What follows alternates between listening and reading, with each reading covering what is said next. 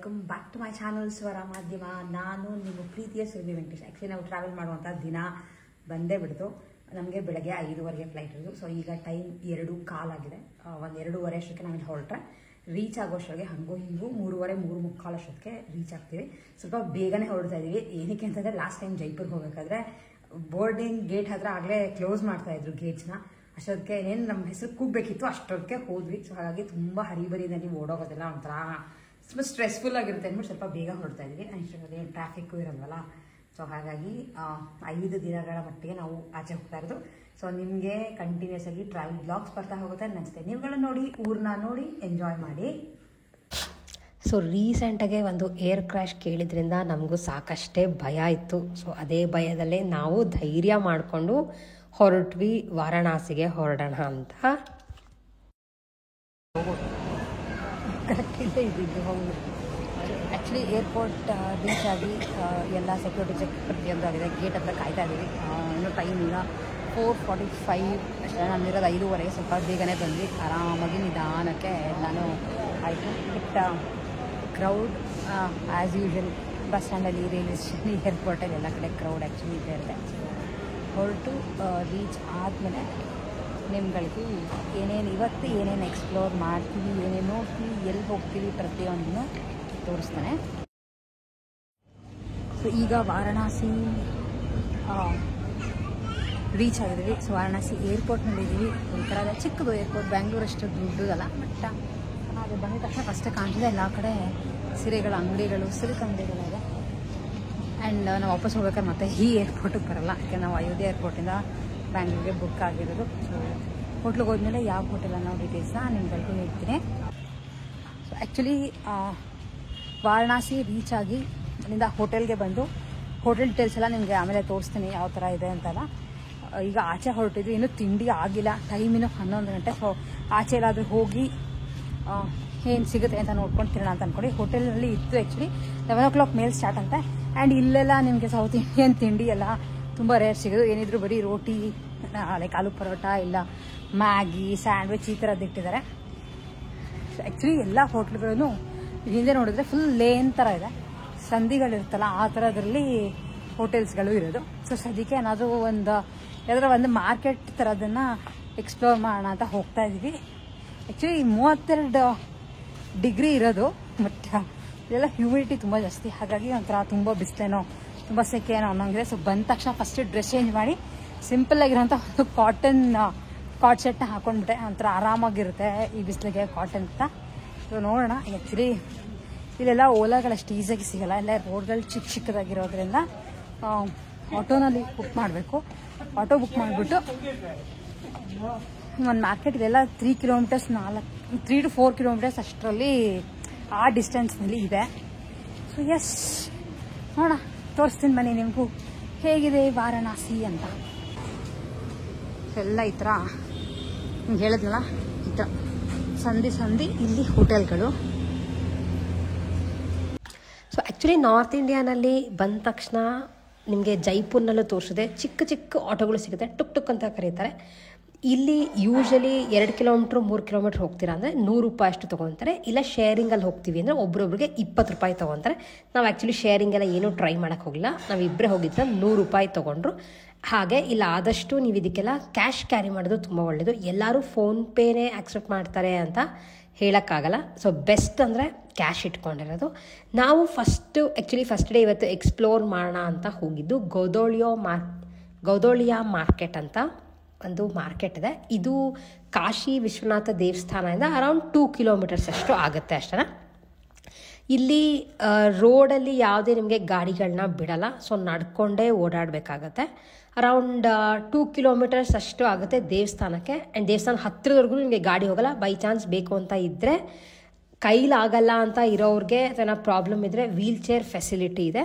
ಅಥವಾ ಸೈಕಲ್ ರಿಕ್ಷಾಗಳು ಸಿಗುತ್ತಲ್ಲ, ಅವ್ರನ್ನ ಮಾತ್ರ ಅಲೋ ಮಾಡ್ತಾರೆ. ಇಲ್ಲಿ ನೀವು ಸೈಕಲ್ ರಿಕ್ಷಾಗೆ ದುಡ್ಡು ಕೊಟ್ಟು ಅಲ್ಲಿ ಹೋಗಿ ಇಳಿಬೋದು. 2 ಆಪ್ಷನ್ ನಿಮಗೆ ದೇವಸ್ಥಾನಕ್ಕೆ ತಲುಪಬೇಕು ಅಂತ ಇರೋದು. ಅಂಗಡಿಗಳನ್ನ ನಿಮ್ಗಳಿಗೂ ತೋರಿಸ್ತಾ ಹೋಗ್ತೀನಿ. ಸಾಕಷ್ಟು ಅಂಗಡಿಗಳಿದೆ, ಎಲ್ಲ ಚಿಕ್ಕ ಚಿಕ್ಕ ಅಂಗಡಿಗಳು. ನೀವು ಎಕ್ಸ್ಪ್ಲೋರ್ ಮಾಡ್ತೀರಾ ಅಂತ ಇದ್ದರೆ ತುಂಬ ಚೆನ್ನಾಗಿದೆ ಈ ಮಾರ್ಕೆಟ್. ಸೀರೆ ಪಟ್ಟೆ ಅಂಗಡಿಗಳು ಲೈನಿಗಿದೆ. ಬಟ್ ಏನಾದರೂ ಒಂದು ಕಾಸ್ಟ್ಲಿ ಸೀರೆಗಳು ಅಥವಾ ಬಟ್ಟೆಗಳು ನೀವು ತೊಗೊತೀರಾ ಅಂದರೆ ನಿಮಗೆ ಅದ್ರ ಬಗ್ಗೆ ಜಾಸ್ತಿ ನಾಲೆಜ್ ಇದ್ದರೆ ಮಾತ್ರ ಇದಕ್ಕೆ ಹೋಗೋದು ಒಳ್ಳೆಯದು. 500 ರೂಪಾಯಿ, 1000 ರೂಪಾಯಿ, 2000 ರೂಪಾಯಿ ಆದರೆ ಪರವಾಗಿಲ್ಲ. ಲೈಕ್ 5000, 10,000 ಕೊಟ್ಟು ಸೀರೆಗಳನ್ನ ತೊಗೊತೀರಾ ಅಂದರೆ ಮಾತ್ರ ನೋಡಿಕೊಂಡು ಪರ್ಚೇಸ್ ಮಾಡಿ. ಯಾವುದು ಪ್ಯೂರ್ ಅಲ್ಲ ಅನ್ನೋದು ನೋಡಿದ ತಕ್ಷಣ ಗೊತ್ತಾಗಲ್ಲ. ಸೊ ಸೀರೆಗಳಷ್ಟೇ ಅಲ್ಲದೆ ನಿಮಗೆ ಈ ಬಳೆಗಳಾಗಿರ್ಬೋದು ಅಥವಾ ಜ್ಯುವೆಲ್ರಿಗಳು, ಆಮೇಲೆ ರೋಡ್ ಸೈಡ್ ಈ ಥರದ್ದು ದೇವ್ರದೆಲ್ಲ ಏನೇನೋ ಇಟ್ಟಿರ್ತಾರಲ್ಲ ಅದೆಲ್ಲ ಇಲ್ಲಿ ಸಾಕಷ್ಟು ಕಮ್ಮಿ ರೇಟ್ಗೆ ಸಿಗುತ್ತೆ. ಹಾಗೆ ಬಳೆಗಳು ಮಾತ್ರ ಜೈಪುರಲ್ಲಿ ಅಥವಾ ವಾರಣಾಸಿಲಿ ಬಳೆಗಳು ತುಂಬ ಚೆನ್ನಾಗಿರುತ್ತೆ. ಆಮೇಲೆ ಇದು ಆ್ಯಕ್ಚುಲಿ ಕಾಶಿ ದೇವಸ್ಥಾನದ ಒಂದು ಮಾಡೆಲ್ ವುಡ್ಡಲ್ಲಿ ಮಾಡಿಟ್ಟಿದ್ರು. ಇದನ್ನು ಫಸ್ಟೇ ಪರ್ಚೇಸ್ ಮಾಡಬೇಡ ಅಂತ ಅಂದ್ಕೊಂಡೆ, ಯಾಕೆಂದರೆ ನಮಗೆ ದೇವಸ್ಥಾನಕ್ಕೆ ಹೋಗಬೇಕು ಅಂತ ಇದ್ದಾಗ ಫೋನೆಲ್ಲ ಅಲೋ ಇರಲ್ಲ. ಹಾಗಾಗಿ ಏನು ಸ್ವಲ್ಪ ಕಾಣಿಸುತ್ತೋ ಅಂಥದ್ದನ್ನು ಪರ್ಚೇಸ್ ಮಾಡ್ಕೊಳ್ಳೋಣ ಅಂದ್ಕೊಂಡು ಇದನ್ನೆಲ್ಲ ನೋಡ್ತಾ ಇದ್ವಿ. ಇದೆಲ್ಲ ನಿಮಗೆ 50 ರೂಪಾಯಿ, 100 ರೂಪಾಯಿಗೆ ಸ್ಟಾರ್ಟ್ ಆಗುತ್ತೆ. ಹಾಗೆ ಸಾಕಷ್ಟು ನೀವು ಬಾರ್ಗೇನ್ ಕೂಡ ಮಾಡ್ಬೋದು. ಅವ್ರು ಹೇಳ್ದಷ್ಟೇ ಕೊಡಬೇಕು ಅಂತ ಏನೂ ಇಲ್ಲ, ಎಷ್ಟು ಬಾರ್ಗೇನ್ ಮಾಡ್ತೀರೋ ಅಷ್ಟು ಒಳ್ಳೆಯದು. ಸೊ ಇದೆಲ್ಲ ಆದಮೇಲೆ ಅಲ್ಲೇ ಒಂದು ಹತ್ತಿರ ಚಾಟ್ಸ್ ಅಂಗಡಿ ಇತ್ತು ಅಂತ ಅವರ ಒಂದು ಲೋಕಲ್ ಫುಡ್ನ ಟ್ರೈ ಮಾಡೋಣ ಅಂತ ಇಲ್ಲಿಗೆ ಬಂದ್ವಿ. ಡಿಟೇಲಾಗಿ ತೋರಿಸ್ತೀನಿ ನೋಡಿ ಏನೇನು ತೊಗೊತೀವಿ, ಏನೇನು ಥರ ಟೇಸ್ಟ್ ಇರುತ್ತೆ ಅಂತ. ಆಲೂ ಚಾಟ್, ಆಲೂ ಕಟ್ಲೆಟ್ಗೆ ಚಾಟ್ ಥರ ಮಾಡ್ತಿದ್ದಾರೆ. ಮೇಲೆ ಮೂಲಲ್ಲಿ ಕ್ಯಾರೆಟ್ ಹಾಕಿದ್ದಾರೆ. ಇದು ಈ ಮಿಕ್ಸ್ಚರ್ ಇಲ್ಲ, ಈ ಥರ ಚಿಕ್ಕ ಶಂಕರ್ ಈ ಥರ ಹಾಕಿದ್ದಾರೆ. ಸಕ್ಕಲಾಗಿದೆ. ಆ್ಯಂಡ್ ಇದು ತೊಗೊಂಡಿರೋದು ಸಮೋಸ ಚಾಟ್. ಎರಡು ತುಂಬ ಚೆನ್ನಾಗಿದೆ. ಇನ್ನು ಈ ಕಡೆ ನಿಮಗೆ ಕಚೋರಿ, ಸಮೋಸ ಎಲ್ಲ ಒಳ್ಳೆ ಟೇಸ್ಟ್ ಸಿಗುತ್ತೆ. ಅಥೆಂಟಿಕ್ ಸಮೋಸ, ಕಚೋರಿ ಅಂದರೆ ಈ ಥರ ನಾರ್ತಲ್ಲೇ ತಿನ್ನಬೇಕು.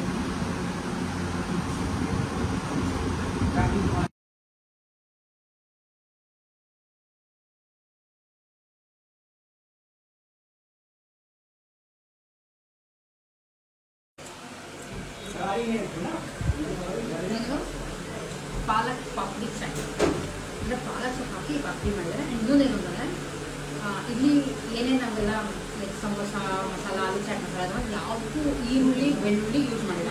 ಈರುಳ್ಳಿ ಬದಲು ಮೂಲಂಗಿ ಹಾಕಿದ್ದಾರೆ. ಆ್ಯಂಡ್ ದೇವಸ್ಥಾನ ಹತ್ತಿರ ಇರೋದ್ರಿಂದ ಹಾಕೋಲ್ಲ ಏನೋ ಗೊತ್ತಿಲ್ಲ ನನಗೆ. ಬಟ್ ಇದು ಮಾತ್ರ ಹಾಕೂ ಇದ್ದಾರೆ. ಹಾಕಿಲ್ಲ ಅಂದರೆ ಈರುಳ್ಳಿ, ಬೆಳ್ಳುಳ್ಳಿ ಹಾಕಿಲ್ಲ ಅನ್ನ. ಇದು ಸಕ್ಕ ಟೇಸ್ಟ್ ಇದೆ. ಪಾಲಕ್ ಸೊಪ್ಪಿಂದು ಲೈಕ್ ಪಾಪಡ್ ಥರ ಮಾಡಿದ್ದಾರೆ. ಅದ್ರ ಮೇಲೆ ಮಕ್ಕಳು ದಹಿ ಎಲ್ಲ ಹಾಕ್ಬಿಟ್ಟು ಒಂದು ಚಾಟ್ ಥರ ಮಾಡ್ತಿದ್ದಾರೆ. ಇಲ್ಲೆಲ್ಲ ಬಂದರೆ ಮಾತ್ರ ಈ ಥರ ಚಾಟ್ನ ತಿನ್ನೋದನ್ನ ಮಿಸ್ ಮಾಡಿಬಿಡಿ. ಯಾಕಂದರೆ ಈ ಥರದ್ದು ಯಾವುದೂ ನಮಗೆ ಬೆಂಗಳೂರಲ್ಲಿ ಅನ್ನಿಸ್ತಾ ಇದ್ರದ್ದು ಟೇಸ್ಟ್ ಮಾಡಿದೆ. ಟೇಸ್ಟ್ ಆಗಿದೆ. ನಾವೆಲ್ಲ ಎಕ್ಸ್ಪ್ಲೋರ್ ಮಾಡ್ಕೊಳ್ಳೋಷ್ಟು ಚಾಟ್ಸ್ನ ತಿನ್ನೋಷ್ಟೊಳಗೆ ಅರೌಂಡ್ 6 o'clockವರೆಗೂ ಆಗೋಗಿತ್ತು. ಬಟ್ ಅಲ್ಲೇ ಪಕ್ಕ ಒಂದು ಪಾನ್ ಅಂಗಡಿ ಇತ್ತು. ನನಗೆ ಯಾಕೋ ತುಂಬ ಇಷ್ಟ ಆಯಿತು, ತಿನ್ನಬೇಕು, ಟೇಸ್ಟ್ ಮಾಡೋಣ ಅಂತ. ಟೇಸ್ಟ್ ಮಾತ್ರ ಅಲ್ಟಿಮೇಟ್ ಆಗಿತ್ತು. ಸೊ ಅದಕ್ಕೆ ಬನಾರಸಿ ಪಾನ್ನ ಮಾತ್ರ ಯಾವುದೇ ಕಾರಣಕ್ಕೂ ಮಿಸ್ ಮಾಡಿಬಿಡಿ. ಇದಾದಮೇಲೆ ನಾವು ಹೋಗಿದ್ದು ದೇವಸ್ಥಾನದ ಹತ್ತಿರ. ನಿಮಗೆ ಗೊತ್ತು ಸಾಕಷ್ಟು ಘಾಟ್ಗಳಿದೆ. ಇಲ್ಲಿ ಒಂದು ಕಡೆ ಘಾಟ್ ಬಂದರೆ, ಯಾವುದರ ಒಂದು ಘಾಟ್ಗೆ ಬಂದರೆ ಬೋಟಿಂಗ್ಗಳು ಇರುತ್ತೆ. ನೀವಿಲ್ಲಿ ಅಸ್ಸಿ ಘಾಟ್ ಆಗಿರ್ಬೋದು ಅಥವಾ ಬೇರೆ ಯಾವುದೇ ಘಾಟ್ಗೆ ಹೋದ್ರೂ ನಿಮಗೆ ಸುಮಾರು ಬೋಟಿಂಗ್ಗಳು ಸಿಗುತ್ತೆ.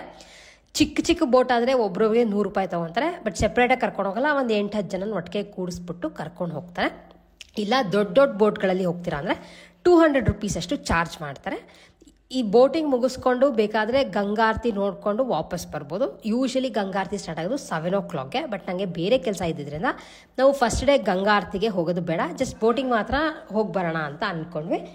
ಈ ಬೋಟ್ನಲ್ಲಿ ಕರ್ಕೊಂಡು ಹೋಗ್ತಾರೆ. ನಿಮ್ಗೆ ನಾನು ಹೋಗ್ತಾ ಇದ್ದೀನಲ್ಲ ಅದೇ ಸೇಮ್ ಬೋಟ್. ಒಬ್ರಿಗೆ 100 ರೂಪಾಯಿ ಚಾರ್ಜ್ ಮಾಡ್ತಾರೆ. ಸೊ ನಾವಿಬ್ಬರಿಗೆ 200 ರೂಪಾಯಿ ಕೊಟ್ವಿ. ಹಾಗೆ ಇಲ್ಲಿ ಕೂಡ ಎಲ್ಲ ಕಡೆ ಕ್ಯಾಶನ್ನು ಆಕ್ಸೆಪ್ಟ್ ಮಾಡೋದು, ಯಾವುದು ಆನ್ಲೈನ್ ಪೇಮೆಂಟ್ಗಳು ಇರಲ್ಲ. ಈ ಒಂದು ಬೋಟ್ನಲ್ಲಿ ಗಂಗಾ ನದಿನಲ್ಲಿ ಯಾವ್ದು ಆ ಕಡೆ ಘಾಟ್ಗಳಿದೆಯೋ ಎಲ್ಲ ಘಾಟ್ಗಳನ್ನು ತೋರಿಸ್ಕೊಂಡು ಬರ್ತಾರೆ. ಆಲ್ಮೋಸ್ಟ್ ಒಂದು 1/2 an hour to 45 minutes ಅಷ್ಟು ಒಂದು ಬೋಟ್ ರೈಡ್ ಆಗುತ್ತೆ. ಸೊ ಈ ಥರದ್ದು ಯಾವುದೇ ಬೋಟ್ಗಳು ಅಂದರೆ ಸೆಕ್ಯೂರಿಟಿಗೆ ಪರ್ಪಸ್ಗೋಸ್ಕರ ಲೈಫ್ ಜಾಕೆಟ್ಗಳು ಹಾಕ್ಕೊಳ್ಳೇಬೇಕು. ಯಾಕೆಂದರೆ ಅಲ್ಲಿ ಮಧ್ಯೆ ಪೊಲೀಸ್ನವರೆಲ್ಲ ನೋಡ್ತಿರ್ತಾರಂತೆ. ಬೈ ಚಾನ್ಸ್ ಯಾರಾದರೂ ಬೋಟ್ಗಳಲ್ಲಿ ಅವ್ರು ಹಾಕ್ಕೊಂಡ್ರೆ ಅವ್ರ ಬೋಟ್ ಸೀಸ್ ಆಗುತ್ತೆ. ಸೊ ಹಾಗಾಗಿ ಎಲ್ಲರೂ ಕಂಪಲ್ಸರಿಯಾಗಿ ಹಾಕ್ಕೊಳ್ಳೇಬೇಕು ಅಂತ ಹೇಳ್ತಾಯಿದ್ರು. ನಿಮಗೆ ಅಲ್ಲಿ ಕಾಣಿಸ್ತಿದೆಯಲ್ಲ ಅಲ್ಲೇ ಗಂಗಾರತಿಗೆ ರೆಡಿ ಮಾಡ್ಕೋತಾ ಇದ್ರು. ಕತ್ಲ ಆದಮೇಲೆ ಅಂದರೆ ಸನ್ಸೆಟ್ ಆದಮೇಲೆ 7 ಗಂಟೆ ಅಷ್ಟೊತ್ತಿಗೆ ಗಂಗಾರತಿ ಶುರುವಾಗೋದು. ಇಲ್ಲೆಲ್ಲ ನಿಮಗೆ ತೋರಿಸ್ತಾ ಇದ್ದೀನಿ ನೋಡಿ, ಒಂದೊಂದೇ ಘಾಟ್ಗಳನ್ನ ಸುತ್ತಿಸ್ಕೊಂಡು ಜಸ್ಟ್ ಮೇಲ್ಮೇಲೆ ತೋರಿಸ್ಕೊಂಡು ಬರ್ತಾರೆ ಅಷ್ಟೇ. ಬಟ್ ತುಂಬ ಚೆನ್ನಾಗಿರುತ್ತೆ. ಯಾವುದೇ ಕಾರಣಕ್ಕೂ ನೀವು ಇಲ್ಲಿ ಹೋದರೆ ಬೋಟಿಂಗ್ ಹೋಗೋದನ್ನು ಮಾತ್ರ ಮಿಸ್ ಮಾಡ್ಕೋಬೇಡಿ.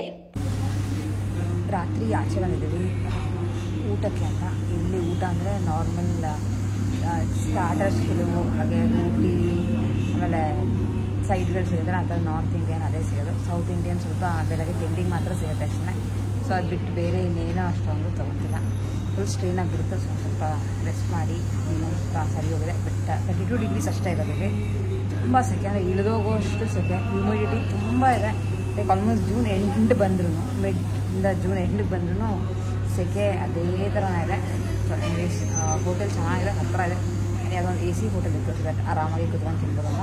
ಬೇರೆ ಯಾವುದು ಲೋಕಲ್ ಫುಡ್ನ ಟ್ರೈ ಮಾಡೋಕ್ಕೆ ಹೋಗಲಿಲ್ಲ. ಸೊ ಏನೇನು ತೊಗೊತೀವಿ, ಏನೇನು ಟೇಸ್ಟ್ ಇತ್ತು ಅಂತ ಹೇಳಿರ್ತೀನಿ ನಿಮಗೆ. ಇದೇ ಹೋಟ್ಲಿಗೆ ಬರಬೇಕು ಅಂತ ಇಲ್ಲ. ಸೊ ಜಸ್ಟ್ ನಿಮಗೆ ಒಂದ್ಸಲ ತೋರಿಸುತ್ತೇನೆ. ಆ್ಯಂಡ್ ಇಷ್ಟು ಇವತ್ತು ಸಾಕಷ್ಟು ಎಕ್ಸ್ಪ್ಲೋರ್ ಮಾಡಿದ್ದೀವಿ. ಬಟ್ ಗಂಗಾರತಿ ಇವತ್ತು ನೋಡೋಕ್ಕಾಗಲಿಲ್ಲ. ಸೊ ನೆಕ್ಸ್ಟ್ ಡೇ ಹೋಗೋಣ ಅಂತ ಅಂದ್ಕೊಂಡಿದ್ದೆ, ನಾಳೆ ಹೋಗೋಣ ಅಂತ. ಸೊ ನಾಳೆ ಬೆಳಗ್ಗೆಯಿಂದ ಹೇಗೆ ಹೋಗುತ್ತೆ ಅನ್ನೋದು ಡೆಫಿನೆಟ್ಲಿ ನಿಮಗೆಲ್ಲರಿಗೂ ತೋರಿಸ್ತೀನಿ. ಸದ್ಯಕ್ಕೆ ಏನು ಅಂತ ಶಾಪಿಂಗ್ ತುಂಬ ಅನ್ನೋದೇನೂ ಮಾಡಿಲ್ಲ. ನಮ್ದು ಏನು ಕೆಲಸ ಆಯಿತು ಆ ಕೆಲಸ ಮುಗಿಸ್ಕೊಂಡು ಇಷ್ಟನ್ನ ಎಕ್ಸ್ಪ್ಲೋರ್ ಮಾಡಿಕೊಂಡು ಬಂದಿದ್ದೀವಿ. ಸೊ ಇಷ್ಟ ಆಗಿತ್ತು ನಮ್ಮ ಡೇ 1 ವಾರಣಾಸಿನಲ್ಲಿ. ನೆಕ್ಸ್ಟ್ ಡೇ ಏನೇನು ಮಾಡಿದ್ವಿ, ಗಂಗಾ ಸ್ನಾನ ಯಾವ ಥರ ಆಯಿತು, ಹಾಗೆ ಎಷ್ಟು ಗಂಟೆಗೆ ದರ್ಶನ ಆಯಿತು, ಪ್ರತಿಯೊಂದೂ ನೆಕ್ಸ್ಟ್ ವೀಡಿಯೋನಲ್ಲಿ ಡೆಫಿನೆಟ್ಲಿ ತೋರಿಸ್ತೀನಿ. ಅಲ್ಲಿವರೆಗೂ ಸ್ಟೇ ಟ್ಯೂನ್ಡ್. ಯಾರ್ಯಾರು ಸಬ್ಸ್ಕ್ರೈಬ್ ಮಾಡ್ದಂಗೆ ನೋಡ್ತಿರೋ ಫಸ್ಟ್ ಹೋಗಿ ಸಬ್ಸ್ಕ್ರೈಬ್ ಮಾಡಿ. ಸಿಗೋಣ ನೆಕ್ಸ್ಟ್ ವೀಡಿಯೋನಲ್ಲಿ.